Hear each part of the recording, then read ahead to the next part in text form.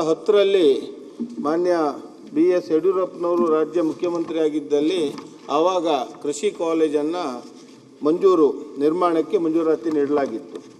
ಆದರೆ 2014 ತನಕ ಏನು ಕೆಲಸ ಆಗಲಿಲ್ಲ. ಅದರಲ್ಲಿ 2014ರಲ್ಲಿ ಕೃಷಿ ಡಿಪ್ಲೊಮಾ ಒಂದು ಓಪನ್ ಮಾಡಿದ್ದಾರೆ. ಆವಾಗ ಅದರ ನಂತರ ನಿರಂತರ ಕೃಷಿ ಕಾಲೇಜುಗಳ ಬೇಡಿಕೆ ನಮ್ಮಲ್ಲಿ ಉಡುಪಿ ಜಿಲ್ಲೆಯಿಂದ ಸರ್ಕಾರಕ್ಕೆ ಬೇಡಿಕೆ ಇತ್ತು. ಆ ಅದರಲ್ಲಿ 300 ಎಕರೆ ಜಾಗದಲ್ಲಿ ಕೃಷಿ ಡಿಪ್ಲೊಮಾವನ್ನು ಮಾಡಿ ಕೃಷಿ ಹಾಸ್ಟೆಲು, ಕಾಲೇಜು ಕಟ್ಟಡ ಎಲ್ಲ ಮತ್ತು ಲ್ಯಾಬೋರೇಟರಿ ಎಲ್ಲ ಸುಸಜ್ಜಿತ ಎಲ್ಲ ವ್ಯವಸ್ಥೆಗಳ ಮೂಲಭೂತ ಸೌಕರ್ಯಗಳು ಇದ್ದರೂ ಇನ್ನೂ ಸರ್ಕಾರ ಕೃಷಿ ಪದವಿಯನ್ನು ಅಲ್ಲಿ ತೆರಲಿಕ್ಕೆ ಇನ್ನೂ ಮನಸ್ಸು ಮಾಡದೇ ಇರುವುದು ನಮಗೆಲ್ಲ ದುಃಖದ ವಿಷಯ. ಅಲ್ಲಿ ಎಲ್ಲ ಮೂಲಭೂತ ಸೌಕರ್ಯ ಇದೆ. ಆದರೆ ಸಚಿವರು ಉತ್ತರದಲ್ಲಿ ಕೊಟ್ಟಿದ್ದಾರೆ, 18/6/2022 ನಡೆದ ಪರಿಣಿತ ಸಮಿತಿಯ ಸಭೆಯ ನಡುವಳಿಯಲ್ಲಿ ನೂತನ ಕೃಷಿ ಕಾಲೇಜುಗಳ ಪ್ರಸ್ತಾವನೆಯನ್ನು ಪರಿಗಣಿಸಿದೆ. ನೂತನ ಕಾಲೇಜನ್ನು ಆರಂಭಿಸಲು ಮೊದಲು ಪ್ರಸ್ತುತ ಚಾಲ್ತಿಯಿರುವ ಕಾಲೇಜನ್ನು ಬಲಪಡಿಸಲು ನಿರ್ಧರಿಸಲಾಗುತ್ತದೆ ಅಂತ ಕೊಟ್ಟಿದ್ದಾರೆ. ಆದರೆ ಮೊನ್ನೆ ಬಜೆಟ್ನಲ್ಲೂ ಬೆಳಗಾವಿನ ಅಥಣಿಯಲ್ಲಿ ಹೊಸ ಕೃಷಿ ಮಹಾವಿದ್ಯಾಲಯವನ್ನು ಪ್ರಾರಂಭ ಮಾಡಬೇಕೆಂದು ಪ್ರಸ್ತಾವನೆಯನ್ನು ಇಟ್ಟಿದ್ದಾರೆ.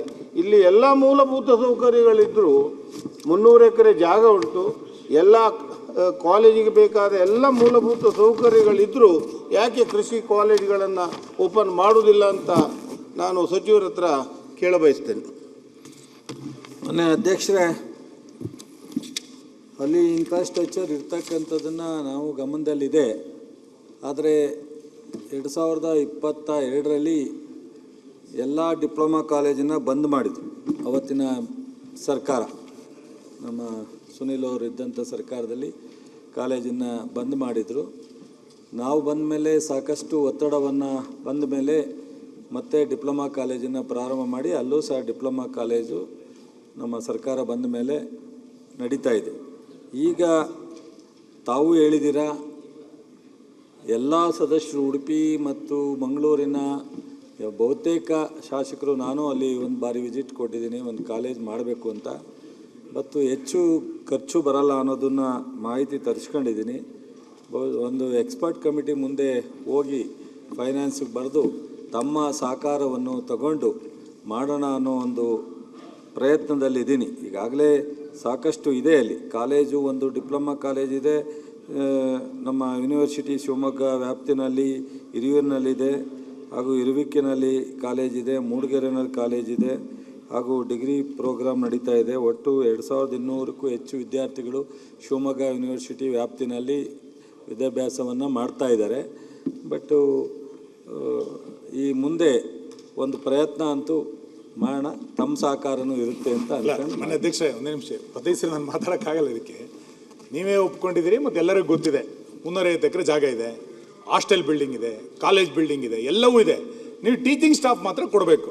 ಕುವೆಂಪು ಯೂನಿವರ್ಸಿಟಿನವರು ಅದಕ್ಕೆ ನಾವು ಸಹಾಯ ಮಾಡ್ತೀವಿ ಅಂತ ಈ ಹಿಂದೆನೇ ಪತ್ರನೂ ಕೊಟ್ಟಿದ್ದಾರೆ, ಅದನ್ನು ಹೇಳಿದ್ದಾರೆ. ದಯಮಾಡಿ ನಮ್ಮ ಕರಾವಳಿಯ 3 ಜಿಲ್ಲೆಗಳಿಗೆ ಅನುಕೂಲ ಆಗುವಂಥ ಒಳ್ಳೆ ಕಾಲೇಜ್ ಆಗುತ್ತೆ ಅದು. ಇದಕ್ಕೆ ಹೆಚ್ಚುವರಿಯೇ ನಿಮಗೆ ಹಣ ಬರೋದಿಲ್ಲ, ಟೀಚಿಂಗ್ ಸ್ಟಾಫಿಗೆ ಬೇಕಾದಂಥ ವೆಚ್ಚ ಮಾತ್ರ.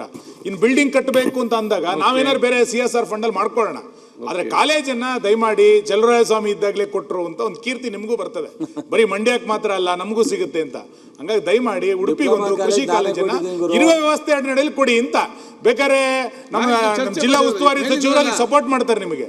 ಹೇಳಿದ್ರಿ, ಈಗ ಉಸ್ತುವಾರಿ ಸಚಿವರು ಹೇಳಿದ್ದಾರೆ, ನಾನು ಹೇಳಿದೆ, ಸ್ಪೀಕರ್ ಸಾಹೇಬರು ಹೇಳಿದ್ದಾರೆ, ನಮ್ಮ MLC ಮಂಜುನಾಥ್ ಭಂಡಾರಿಯವರು ಭಾಳ ಒತ್ತಡವನ್ನು ತಂದಿದ್ದಾರೆ. ನೀವೆಲ್ಲ ಶಾಸಕರು ಇಲ್ಲಿರ್ತಕ್ಕಂಥ ಉಡುಪಿ ಮತ್ತು ಮಂಗಳೂರಿನ ಶಾಸಕರು ಎಲ್ಲರೂ ಒತ್ತಡ ತಂದಿದ್ದಾರೆ. ಆದರೆ ತಾವು ಹೇಳಿದಾಗೆ ನಾವು ಮಂಡ್ಯ ಒಂದೇ ಅಲ್ಲ, ಇಡೀ ರಾಜ್ಯನೇ ನಮ್ಮದು. ಮಂಡ್ಯದಲ್ಲಿ ಹುಟ್ಟಿದ್ದೀವಿ ಅಷ್ಟೇ, ಇದಕ್ಕೊಂದು ಆದೇಶ ಮಾಡಿ. ಈಗ ಅದರಿಂದ CSR ಫಂಡಲ್ಲಿ ಒಂದಷ್ಟು ಕೊಡಿಸಿ, ಅದೇ ನಿಜವಾಗ್ಲೂ ಖಂಡಿತ ಒಂದು ಎಕ್ಸ್ಪರ್ಟ್ ಕಮಿಟಿ ರಿಪೋರ್ಟ್ ತರಿಸ್ಕೊಂಡು ಫೈನಾನ್ಸ್ಗೆ ರೆಕಮೆಂಡ್ ಮಾಡಿ ತಮ್ಗೆ ಹೇಳ್ತೀನಿ. ಅಧ್ಯಕ್ಷರೇ, MBBS ನಂತರ ಅತಿ ಹೆಚ್ಚು ಬೇಡಿಕೆ ಇರುವ ಒಂದು ಕೋರ್ಸು BSc AG. ಅದರಿಂದ ಇದಂತ ಪರಿಗಣಿಸಬೇಕಂತ